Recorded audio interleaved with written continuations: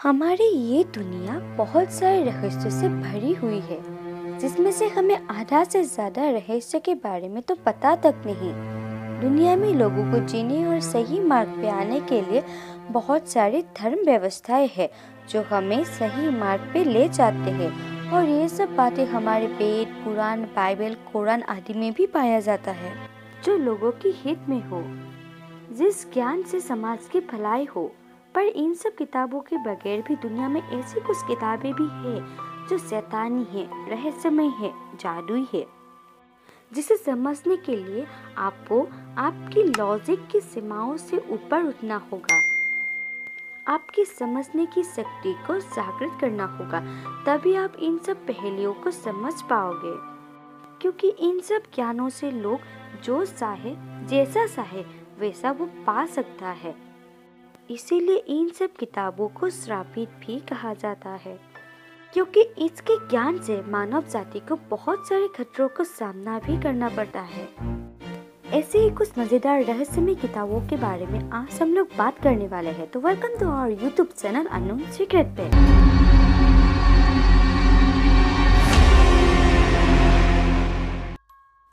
तो आज हम जिन किताबों के बारे में बात करने वाले हैं, उन सभी किताबों के ताल्लुक शैतानी दुनिया और नेगेटिव एनर्जी से होती है। तो पहले में आते हैं द ग्रेट ग्रैंड ग्रीमोय। इस बुक को the book with incredible power भी कहते हैं। इसे 1512 में लिखा गया था। इसे दुनिया की सबसे darkest book in the world भी कहा जाता है। इस ज्ञान को पाने के लिए आपको सबसे बड़ी कीमत भी चुकाना पड़ सकता है। इस बुक को जिसने लिखा था, लोगों का मानना है कि वो डेविल यानी शैतान के कब्जे में था, और जो इस बुक को पूरा पढ़ ले वो डेविल से संपर्क कर पाते हैं, और डेविल यानी शैतान से वो जो चाहे वो करवा सकते हैं।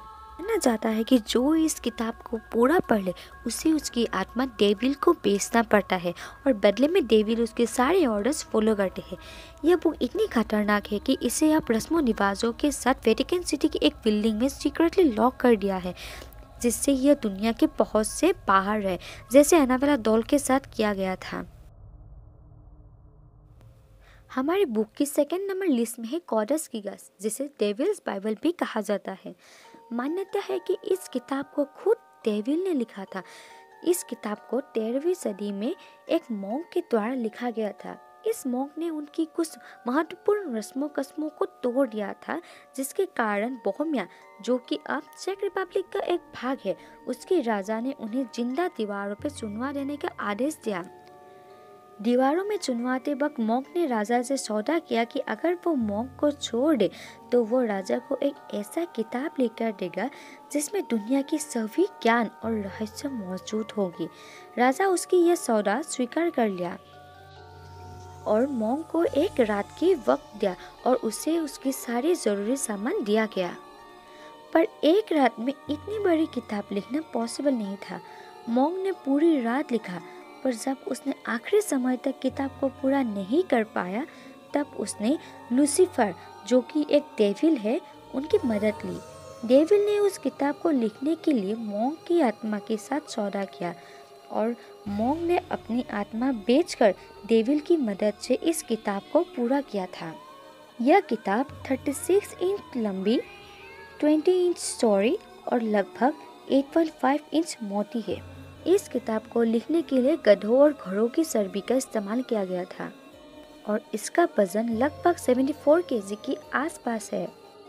इस किताब में डेविल की एक 19 इंच लंबी तस्वीर भी बनाई गई है। इस तस्वीर के बाद ही ऐसे कुछ बातें, क्रियाकलाप और तांत्रिक मंत्र लिखे गए हैं जिससे डेविल से संपर्क किया जा सकता है। इस किताब में पहले 320 पेजेस थे, जो बाद में सिर्फ 310 पेजेस ही रह गए। माना जाता है कि यह वही 10 पेजेस थे जो डेविल ने अपने हाथों से खुद लिखा था। पर इसे किसने चुराया और क्यों चुराया, यह अब भी एक रहस्य है। पर इससे भी बड़ा रहस्य ये है कि उस पेजेस में ऐसा क्या लिखा था जो दुनिया की पहुंच से छुपाया गया। इस किताब के ऊपर नेशनल ज्योग्राफी ने एक डॉक्यूमेंट्री भी बनाया था। बुक ऑफ सोएगा इसे मौत की किताब भी कहा जाता है। यह पूरे जादुई शब्दों से भरा हुआ है। इस किताब में बहुत सारे रस्मों कस्मों और जादू टोने की मंत्र से भरी हुई है। सालों तक यही माना जाता था कि यह किताब लॉस हो चुका था या फिर खो गया। इस किताब को आखिरी बार जॉन डी के पास देखा गया था।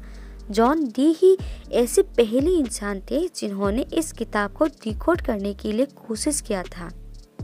इस किताब की हर एक शब्द एक ग्रीक लेटर में और एक स्क्वायर फॉर्म में एग्जिस्ट करती थी। जैसे जैसे जॉन डी ने इस किताब को डिकोड करना शुरू किया, वैसे वैसे उन्हें पता चला कि यह किताब पूरी तरीके से जादुई थी। इसकी हर एक शब्द जादुई मंत्र थी। जॉन डी के पूरे 3000 किताबों के कलेक्शन थे और उनमें से सिर्फ यही एक किताब थी जो अनलॉजिकल थी। जॉन डी ने इस किताब को डिकोड करने के लिए अपनी पूरी जिंदगी लगा दी, पर फिर भी वो उसे डिकोड नहीं कर पाए। लीजेंड ऑफ स्टोरी के हिसाब से जॉन डी ने इस किताब को डिकोड करने के लिए एक एंजल को बुलाया था जिसका नाम यूरेल थे। उन्होंने बताया कि यह किताब कोई डिकोड नहीं कर सकता। यह डिकोड वही कर सकता है जो उसकी वर्दी हो, यानी लायक हो।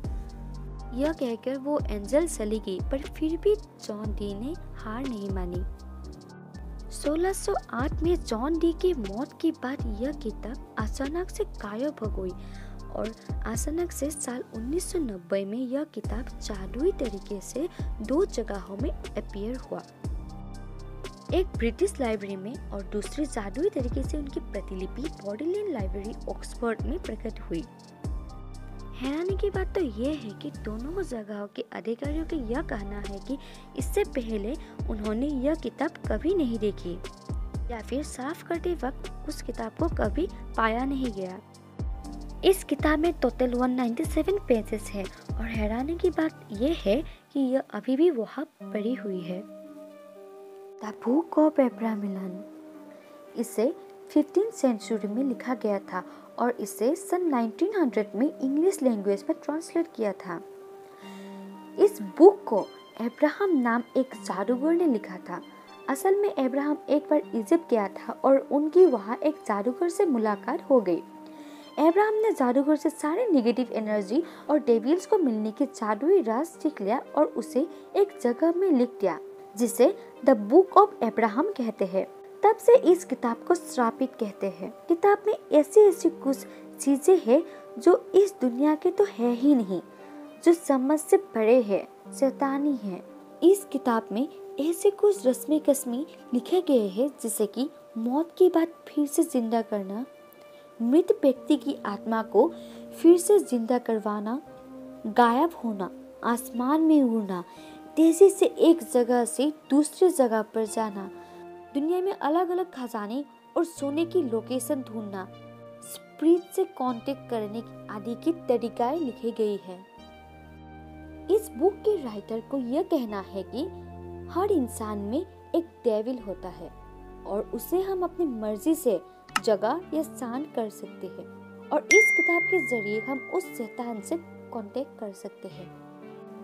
द ऑर्फन स्टोरी, इस किताब को ईयरली 1600 में लिखा था और इसे भी रिकॉर्ड कर लिया गया। अजीब तो ये है कि इस किताब को जो 1600 में लिखा गया था उसे 2018 में पब्लिश किया गया और डरावना तो ये है कि इसे एक श्रापित किताब कहते हैं, पर इस किताब के राइटर एक मॉन्क था। इस बुक में एक जवान लड़का की कहानी है जो 14 साल में ही अपना होम टाउन छोड़कर स्पेन के एम्पायर रीजन वाले रीजन में चला जाता है, लाइफ में फॉर्चून, लक और जीवन में आगे बढ़ने के लिए। उस किताब में उस लड़के की स्पेन जाने की कहानी होती है, कैसे वो समुद्री पायरेटों से लड़ता है, उसके कई जगहों की रोमांटिक मोमेंट, कैसे कई स्किल सीखकर वो एक सोल्जर्स बन जाता है और लास्ट में वो एक मॉन्क बन जाता है। पढ़ने में तो ये बुक एक नॉर्मल बुक के जैसे ही है, पर फिर भी लोग इस बुक को श्रापित कहते हैं। इसे 1600 में लिखा गया था और 2018 में लगभग 400 साल बाद इसे पब्लिश किया गया। पर ऐसा क्यों? क्योंकि सन 2018 से पहले जिस किसी ने भी इस किताब को जनता के सामने लाना चाहा, वो कोई ना कोई दुर्घटना में मारा गया था या फिर किसी न किसी हादसे से मारा जाता था। न जाने कितनी बार इस बुक को पब्लिश करने की कोशिश की गई, पर 2018 में जो लोग इसे पब्लिश करना चाहा वो थैंकफुली अभी भी जिंदा है।